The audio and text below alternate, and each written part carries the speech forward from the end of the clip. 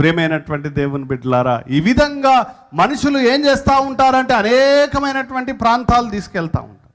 ఒకసారి దాదాపుగా ఒక 10 సంవత్సరాలు కావచ్చు, 10 సంవత్సరాలు క్రితము జరిగినటువంటి సంఘటన. ఒక వ్యక్తిని అంబులెన్స్లో తీసుకొచ్చారు. అక్కడ పాత మందిరం దగ్గర మరి మేము దిగి స్టేజ్ మీదకి పోయే దగ్గర యాప్ చెట్టు దగ్గర ఆపుకొని ఉన్నది అంబులెన్స్, పెద్ద అంబులెన్స్ అది. నేను మధ్యాహ్నం వాక్యం చెప్పి ఆ రూమ్లో, మామిడి తోటలో ఉన్నటువంటి రూమ్లోనికి వెళ్ళాను. అక్కడ కొద్దిసేపు వాక్యాలకు మళ్ళీ ప్రార్థన, 3 గంటలకి మళ్ళీ ప్రార్థనకు పోవడానికి వెళ్తుంటే అయ్యా పేషెంట్ ఉన్నాడయ్యా అంబులెన్స్లో ప్రార్థన చేయండి అన్నారు. సరే అని చెప్పేసి ఆ అంబులెన్స్ లోపలికి ఎక్కాను. ఎందుకంటే చిన్న అంబులెన్స్ అంటేనేమో కిటికీలకి వెళ్ళి చేయొచ్చు, అది పెద్దది చేసేటట్లేదు.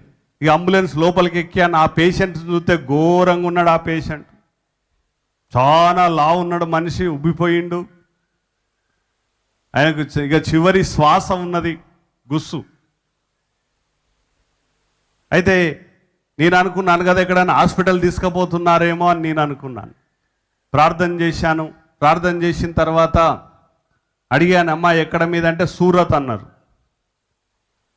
అంటే మీరు ఉండేది అక్కడ నా అమ్మ ఎక్కడ ఉంటాడు? లేదయ్యా సూరత్ నుంచి తీసుకొస్తున్నాం. ఆ పేషెంట్ని ఎక్కడి నుంచి పట్టుకొచ్చిర్రటమ్మా? గుజరాత్ దగ్గర సూరత్ నుంచి ఆ పేషెంట్ని వేసుకొచ్చారు. ఎక్కడికి? అక్కడ హాస్పిటల్ లేవనా, ఇక్కడ హాస్పిటల్లో చూపెడదామనా? కాదు, ప్రార్థనకు తీసుకొచ్చారు. సూరత్ నుంచి ఆ పేషెంట్ను అంబులెన్స్లో వేసుకొని ప్రార్థనకు తీసుకొచ్చారు. నాకు ఒక్కసారే షాక్ అయింది. అయ్యా ఎందుకమ్మా అంటే, అయ్యా ఈయన చచ్చిపోతున్నారు డాక్టరు, మాది గన్పూరు, ఇక చచ్చిపోతే పాతి పెడదాం గన్పూర్లో, కానీ దానికంటే ముందు దేవుని దగ్గర తీసుకుపోదామని చెప్పి అక్కడి నుంచి అంబులెన్స్ వేసుకొచ్చి డైరెక్ట్ ఇక్కడికే వచ్చినామయ్యా. ప్రార్థన చేయండి అంటే నేను మళ్ళీ ప్రార్థన చేశాను. ప్రార్థన చేసి అయిపోయింది.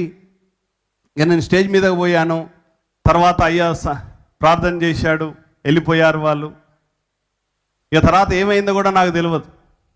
కానీ ఒక నెల తర్వాత వాళ్ళు వచ్చి సాక్ష్యం చెప్తా ఉన్నారు.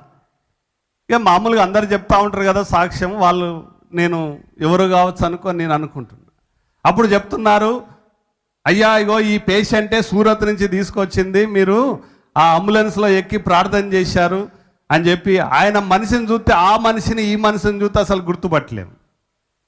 ప్రియమైనటువంటి బిడ్డలారా, దేవుడు ఆయనను సంపూర్తిగా స్వస్థపరిచాడు.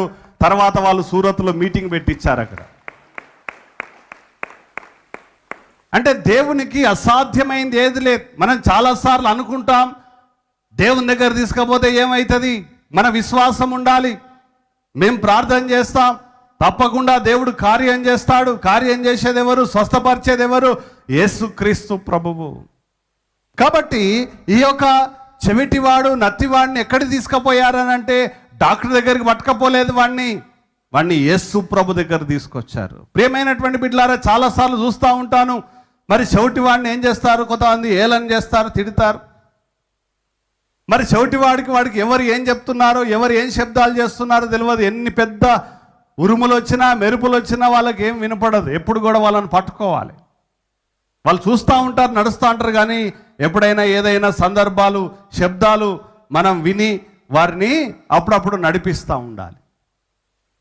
మరి ఇక్కడ ఆ చెవిటివాడిని, ఆ నత్తివాడిని యేసుక్రీస్తు ప్రభు దగ్గరికి కొంతమంది తీసుకొని వచ్చారు. ప్రియమైనటువంటి బిడ్డలారా, ఇక్కడ మనం దేవుని వాక్యములో చదివితే తోడుకొని వచ్చి ఏం చేశారంటే, తోడుకొని వచ్చారంటే కొంతమంది వాడిని తీసుకొని వచ్చారు అక్కడికి, యేసు ప్రభు దగ్గరికి. తోడు పోతా ఉంటారు చాలామంది. అప్పుడేమో సినిమాకు తోడుకు పోతారు, షాపింగ్కు తోడుకు పోతారు, రకరకాల పెళ్లిళ్ళకు తోడుకు పోతారు. అదే ప్రార్థనకు ఎవరినైనా పట్టుకొస్తారా అంటే ఎవరిని పట్టుకురారు. ప్రార్థనకు మాత్రము ఎవరిని పట్టుకురారు. అదే షాపింగ్కి అయితే తోడు తీసుకుపోతారు, బయటికి పోవాలన్నా తోడే.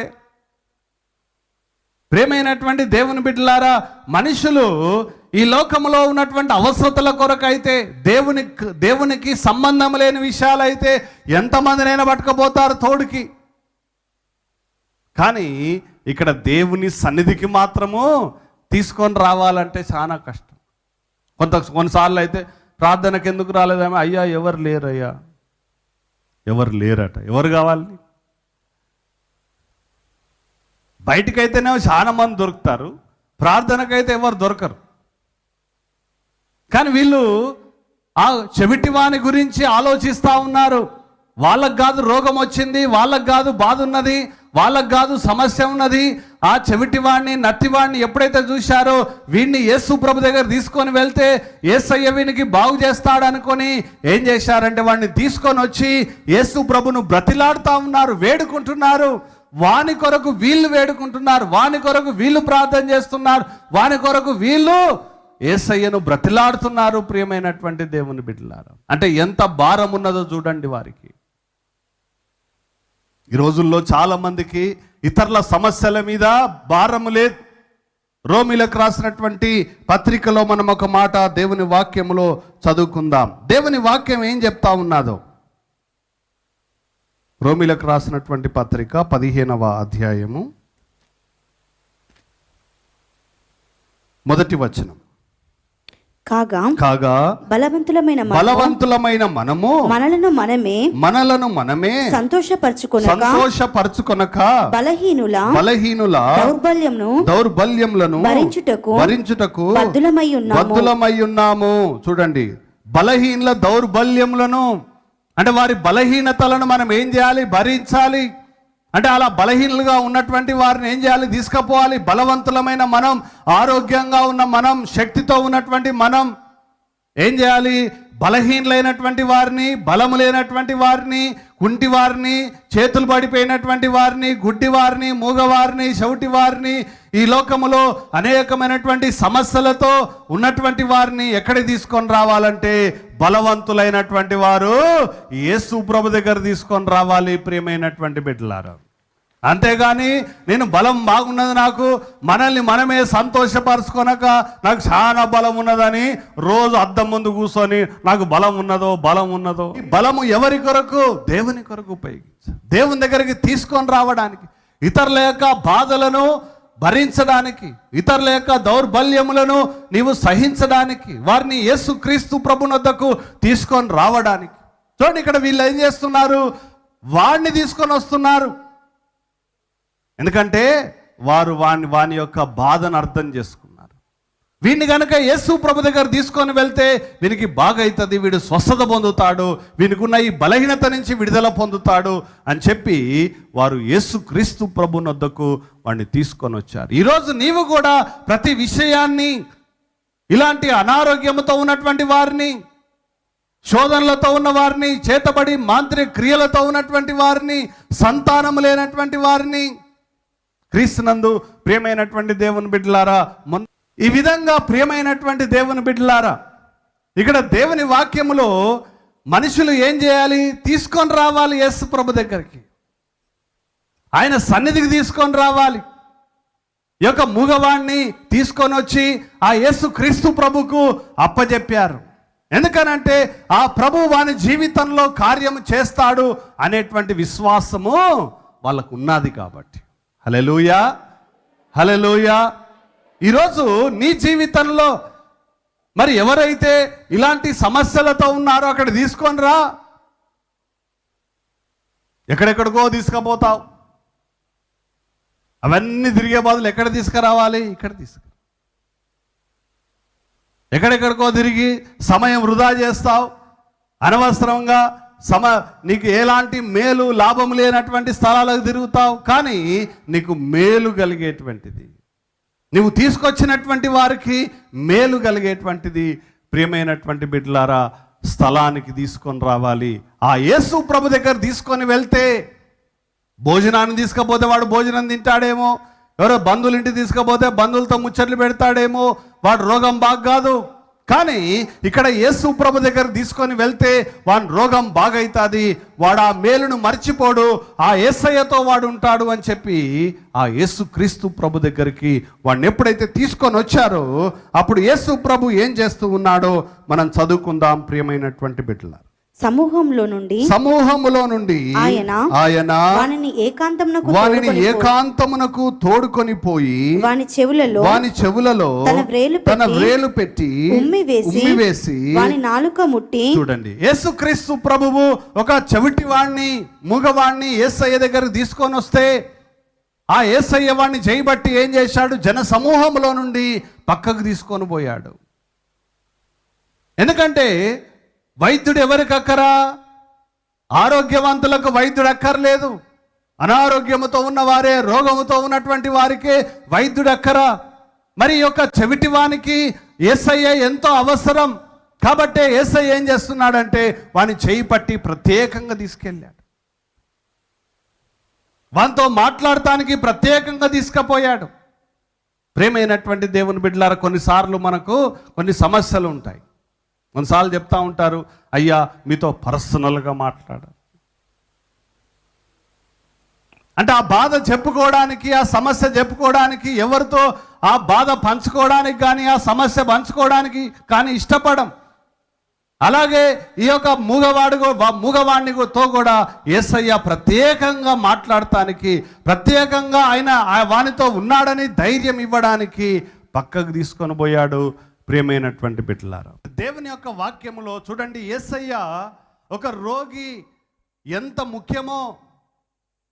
ఈ రోజుల్లో చాలాసార్లు మనము ఎవరిని కోరుకుంటాం? మంచిగా ఉన్న వాళ్ళని కోరుకుంటాం, ఆరోగ్యంగా ఉన్న వాళ్ళని కోరుకుంటాం. మరి మనిషి ధనమున్నవాడిని కోరుకుంటాడు, అందమున్నవాడిని కోరుకుంటాడు. కానీ యేసయ్య ఏం చేస్తున్నాడట, ఆ రోగితో ప్రత్యేకంగా మాట్లాడాలని ఆ రోగిని పక్కకు తీసుకుపోయాడు. ప్రియమైనటువంటి అందరున్నారు అక్కడ, అందరు ఆరోగ్యంగా ఉన్నటువంటి వారు ఉన్నారు, ఎంతోమంది యేసయ్య కొరకు ఎదురు చూస్తూ ఉన్నటువంటి వారు ఉన్నారు. కానీ యేసయ్య ఎవరితో ఉన్నాడట? రోగితో ఉన్నాడు. హల్లెలూయా. పరిసయ్యులు ఏమనేవారంటే, యేసయ్య ఇదిగో మీ యొక్క గురువు ఆ పాపులతోటి తింటాడు, తాగుతున్నాడు. ఆయన ఎవరితో ఉండేదంటే పాపులతో ఉండేది. ప్రియ బిడ్డలారా, ఆయన గుడ్డివారితో ఉన్నాడు, ఆయన రోగులతో ఉన్నాడు, ఆయన దీనులతో ఉన్నాడు, ఆయన చేపలు పట్టే వారితో ఉన్నాడు. ప్రియమైనటువంటి బిడ్డలారా, ఆయన ధనవంతులతో లేడు, ఆయన ధనవంతులతో స్నేహం చేయలేదు యేసయ్య. కానీ ఎవరితో ఉన్నాడు అనంటే బీదలను ప్రేమించాడు, రోగులను ప్రేమించాడు. ఆయన చూడండి, ఒక మూగవాణ్ణి ఒక చెవిటి వాడిని చేయి పట్టుకొని పక్కకు తీసుకొని వెళ్తా ఉన్నాడంటే యేసు ప్రభుకు ఆ వ్యక్తి ఎంత ముఖ్యమో. ఒక పాపి నశించడము దేవునికి ఇష్టం లేదు. తప్పిపోయినటువంటి వారిని వెతికి రక్షించడానికి, రోగముతో ఉన్నటువంటి వారిని బాగు చేయడానికి, ఎవరు కష్టాల్లో ఉన్నారో వారి దగ్గరికి వెళ్ళేటువంటి దేవుడు, వారితో ఉండేటువంటి దేవుడు, వారితో మాట్లాడే దేవుడు. ప్రియమైనటువంటి దేవుని బిడ్డలారా, అంతేగాని ఈ లోకములో ఇష్టానుసారంగా నడుస్తూ జీవిస్తున్నటువంటి వారి దగ్గరికి కాదు యేసయ్య పరిగెత్తుకొని వెళ్ళేది. ఆయన విధవరాళ్ళ పక్షాన నిలబడేటువంటి దేవుడు, అనాథల పక్షాన నిలబడేటువంటి దేవుడు, ఆయన తండ్రి లేని వారి ఎడల నిలబడేటువంటి దేవుడు. ఒక మూగవాణ్ణి, ఒక చెవిటివాణ్ణి యేసయ్య ఎంత జాగ్రత్తగా చూసుకుంటున్నాడో, వాడిని చేయబట్టి పక్కకు తీసుకొని వెళ్తా ఉన్నాడు. ప్రియమైనటువంటి బిడ్డలారా, అంతకు మునుపు వాడిని ఎవరు పట్టించుకోలేదు, అంతకు మునుపు ఎవరు కూడా వాడిని కేర్ చేయలేదు. ప్రియ బిడ్డలారా, కానీ యేసయ్యకు వాడు ఎంత ముఖ్యమో యేసయ్య చేసినటువంటి ఆ పని ద్వారా మనం అర్థం చేసుకోవాలి. ఈరోజు యేసయ్య నీతో ఉండి ఎవరు ఏడుస్తున్నారో, ఎవరు కన్నీరు గారుస్తున్నారో, ఎవరు నొప్పితో బాధపడుతూ ఉన్నారో, ఎంతోమంది ఏడుస్తూ ఉంటారు బిడ్డలు, అయ్యో దేవా ఈ రాత్రి నాకు ఎవరు సహాయం లేరే. అలాంటి వారు ఎంతో మంది ఇక్కడికి వచ్చి సాక్ష్యం చెప్పిన వారు ఉన్నారు. అయ్యా రాత్రి మీరు కలలో కనపడ్డారు, యేసయ్య నా దగ్గరకు వచ్చాడయ్యా, యేసయ్య వచ్చి నన్ను ముట్టాడయ్యా, యేసయ్య రాత్రి కలలో నాకు ఇంజెక్షన్ ఇచ్చాడయ్యా, నాకు బాగైందయ్యా అని ఎంతో మంది బిడ్డలు ఇక్కడ వచ్చి సాక్ష్యం చెప్పినటువంటి వారు ఉన్నారు. అంటే యేసయ్య ఎదురు చూస్తున్నాడు, ఎవరయ్యా ఎవరు అలాంటి బాధలో ఉన్నారని. ఈ చెవిటి వాణ్ణి యేసయ్య ఏం చేశాడమ్మా, చెయ్యి పట్టి పక్కకు తీసుకుపోయాడు. ఈరోజు నిన్ను కూడా యేసయ్య విడిచే దేవుడు కాదు, ఆయన నీ చెయ్యి పట్టుకునేటువంటి దేవుడు, నీ చెయ్యి పట్టి పక్కకు తీసుకొని వెళ్ళేటువంటి దేవుడు. అందుకనే దేవుని వాక్యములో హెబ్రీయులకు రాసినటువంటి పత్రికలో దేవుని వాక్యం చదువుకుందాం. 13వ అధ్యాయము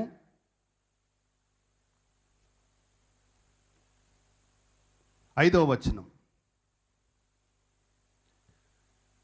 ధనాపేక్ష లేని వారే మీకు కలిగిన వాటితో తృప్తి పొందియుండుడి. నిన్ను ఏ మాత్రమును విడువను. చూడండి, నిన్ను ఏ మాత్రమును విడువను, నిన్ను ఎన్నడను ఎడబాయను అని ఆయనే చెప్పెను గదా.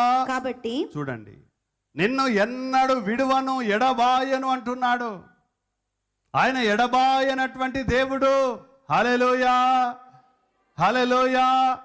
శాశ్వతమైనటువంటి ప్రేమతో ఆయన ప్రేమించినటువంటి దేవుడు. ప్రియమైనటువంటి దేవుని బిడ్డలారా, మనుషులు ఇడిచిపెడతారేమో, మనుషులు వదిలేస్తారు, మనుషులు చేయి పట్టుకున్నట్టే పట్టుకుంటారు కానీ ఇడిచిపెడతారు. ప్రియమైనటువంటి దేవుని బిడ్డలారా, కానీ ఆయన నీ చెయ్యి పట్టుకునేటువంటి దేవుడు, ఆయన నీ చెయ్యి విడువనటువంటి దేవుడు, నీ కష్టాల్లో నీతోటి నిలబడేటువంటి దేవుడు, నీ కష్టాల్లో నిన్ను పక్కకు తీసుకొని వెళ్ళే దేవుడు, నిన్ను ఆదరించి ఓదార్చి సముదాయించి నడిపించేటువంటి దేవుడు. ప్రియమైనటువంటి బిడ్డ,